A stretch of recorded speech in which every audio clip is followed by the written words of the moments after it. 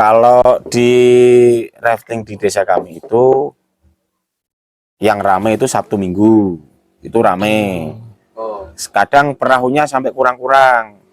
Kalau kemudian tamu kalau terlalu banyak nggak bisa kita layani. hack ya kita tolak karena faktor kekurangan perahu. Itu sempat menawarkan sama warga kalau mau berinvestasi boleh membelikan perahu, satu orang perahu boleh. Sebenarnya punya mobil, nah pakai setoran itu kemarin sampai tawarkan sama warga masyarakat biar mereka juga ikut bertanggung jawab memiliki wisata kita ini. Bisa nggak pesen nasi jagung goreng? Oh siap, kita buatkan Nasi goreng dari nasi jagung itu ya itu, tapi itu malah pada senang ya.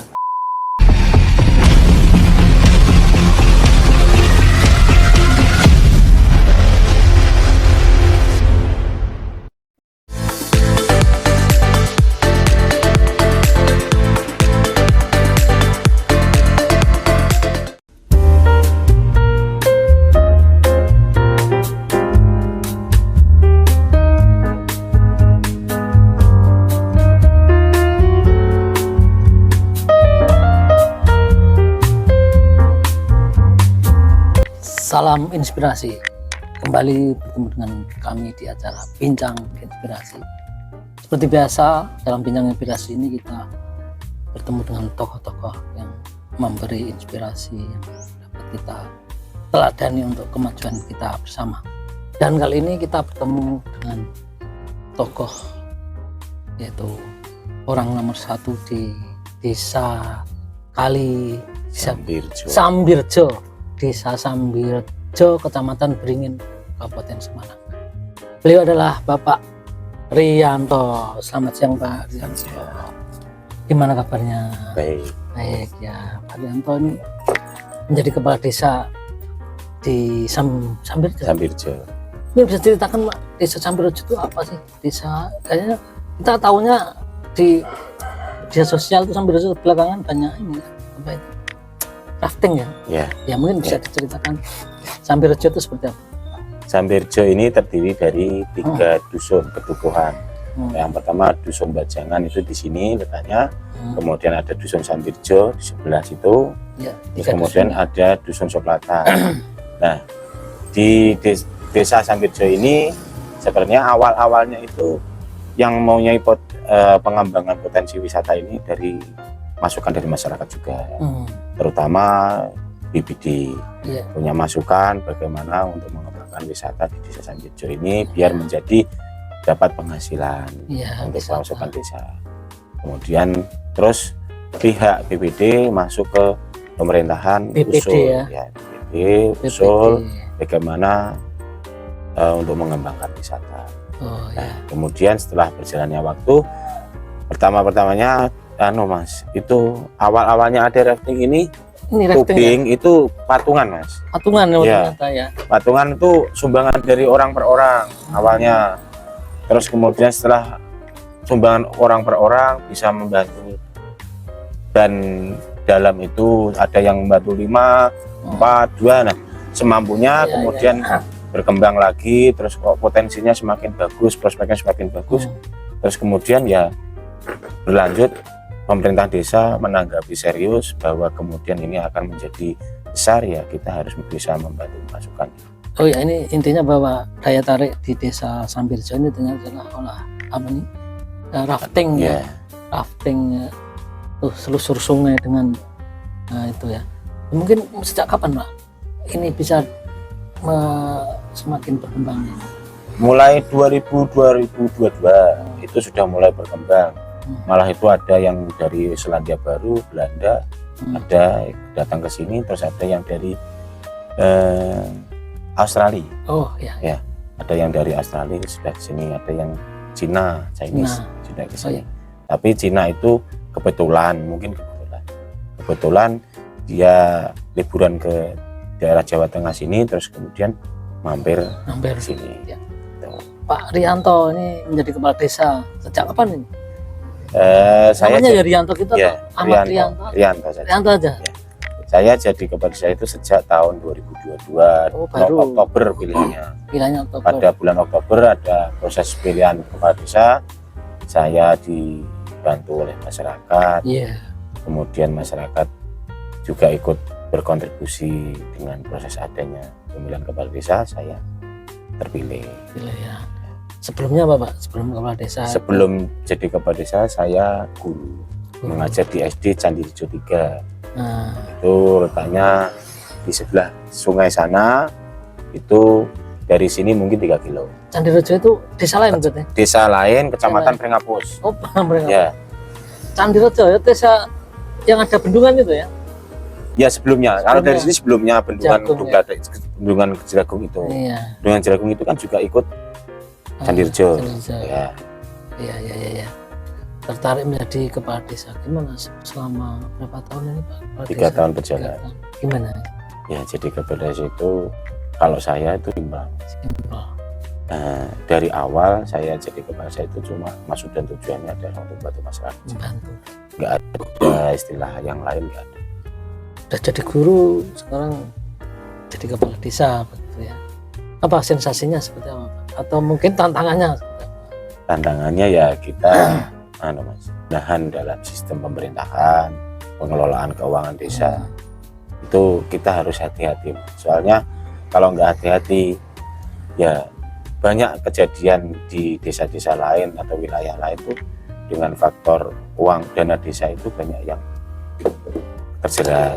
Ya. Makanya kami selaku kepala desa ya kita harus hati-hati dalam pengelolaan keuangan. Itu harus diterapkan benar-benar, laporannya maupun pelaksanaannya itu harus benar-benar ada dan dilaksanakan. Iya. Kalau tidak dilaksanakan ya otomatis itu nantinya jadi bahan temuan. Oh iya. Desa Sambirejo ya. Lingkungannya di mana itu Pak? Perbatasan apa? Desa mana? Ya dari Kecamatan Beringin berapa kilo? Tadi banyak ini saya melewati desa lain yang ini ya hutan-hutan. Ya. Dari Kecamatan Beringin itu 6 kilo. 6 kilo. Ya, terus kemudian batas pertama masuknya ke sini itu ada di Desa Kalijambi. Desa Kalijambi, kemudian masuk Desa Sambirejo, kemudian masuk lagi ke sana itu Desa Kalikormo. Ya, Kalikormo itu yang paling utara sih, paling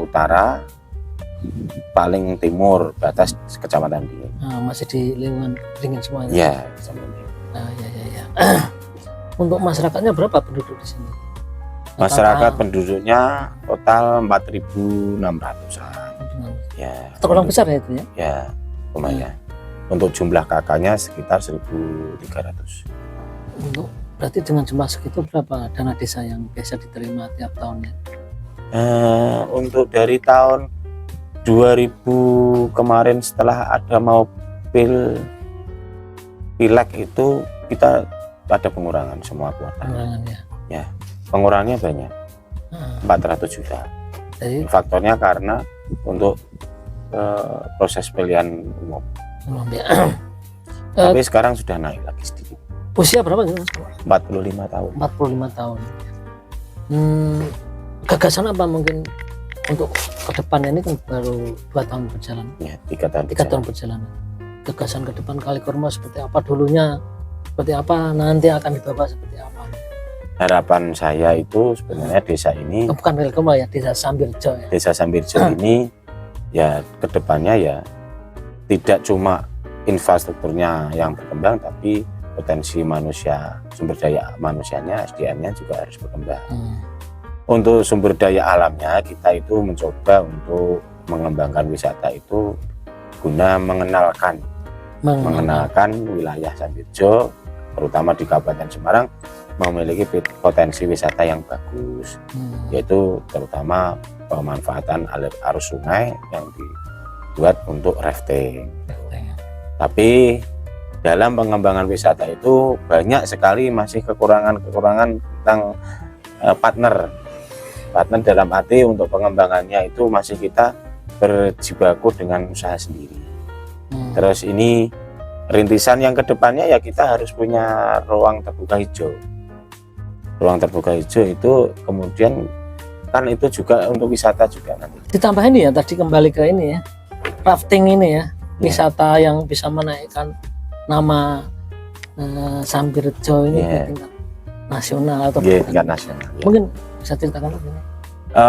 Untuk ya kita selalu bekerja sama, masing-masing dari pengelola BUMDes ini memiliki tugas masing-masing untuk mengembangkan wisata ini, dan mereka harus diarahkan untuk semuanya punya motivasi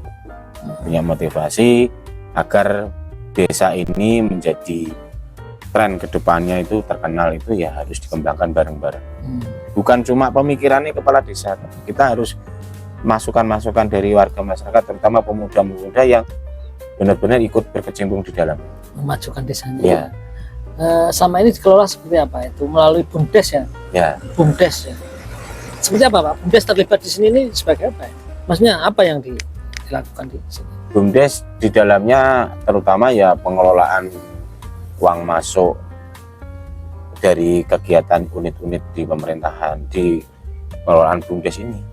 Di dalam BUMDes kan ada unit-unit. Nah, unit-unit itu mereka yang mengembangkan, kemudian desa itu mengarahkan bagaimana berkembangnya unit tersebut untuk dikembangkan lagi lewat hasil dari kegiatan-kegiatan per unit. Iya. Rafting Sambirjo. Tanya nggak? Ya, tanya apa? Tanya apa? Pak Ades mau tanya. Iya. Kalau rafting ini kan tanya ya. Sekarang kan banyak digemari. Iya. Wah, ini semakin ramai di Indonesia apalagi. Iya. Untuk di Sambirjo sendiri intensitas pengunjungnya seperti apa setiap hari atau seperti apa yang ramai hari apa, terus untuk harganya nih Pak Kades, seperti apa dan paketannya seperti apa Pak Kades? Iya. Kalau di rafting di desa kami itu yang ramai itu Sabtu Minggu itu ramai. Kadang perahunya sampai kurang-kurang. Kalau kemudian tamu kalau terlalu banyak nggak bisa kita layani. Ya kita tolak karena faktor kekurangan perahu. Faktor kekurangan perahu kita nggak bisa menerima dengan tamu jumlah yang intensif banyak. Kemudian ya kita harus bisa memaksimalkan yang ada, harus bergantian. Apakah akan menambah lagi? Peminat. Insya Allah perahu kita tambah lagi. Sekarang berapa Pak? Sekarang 6 ya. Ini harapan kami bisa mencapai 20 perahu. Ini sempat menawarkan sama warga kalau mau berinvestasi boleh membelikan perahu, satu orang perahu boleh. Sebenarnya punya mobil, nah pakai setoran itu kemarin sampai tawarkan sama warga masyarakat biar mereka juga ikut bertanggung jawab memiliki wisata kita ini. Terus kemudian cara pepaketannya, satu perahu itu kemarin dibanderol 560. Berisi berapa orang? 5 orang. Murah banget ya Bos ya? Murah ya? Murah ya. Paketannya apa aja selain? Di dalam paketannya itu ada kita memberikan makan itu ada yang request, tapi kita harus mengutamakan UMKM-nya masyarakat tradisional di desa ini, nasi jagung sama urap. Itu ciri khas ini ya? Ya, ciri khas ini nasi jagung sama urap. Kemudian ada request dari pengunjung itu, bisa nggak pesen nasi jagung goreng?